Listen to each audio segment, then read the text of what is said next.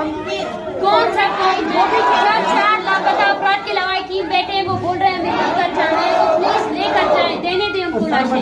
Change हुआ है।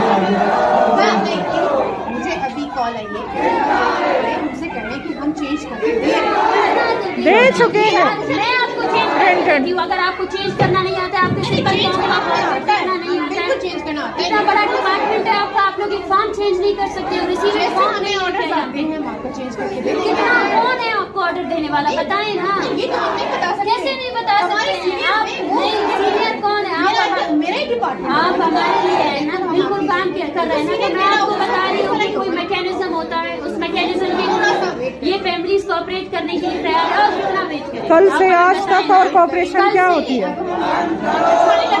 एक इलाके से है, एक ही जगह के लोग हैं। आप समझे, प्लीज को समझे, कौन सा आपका काम है।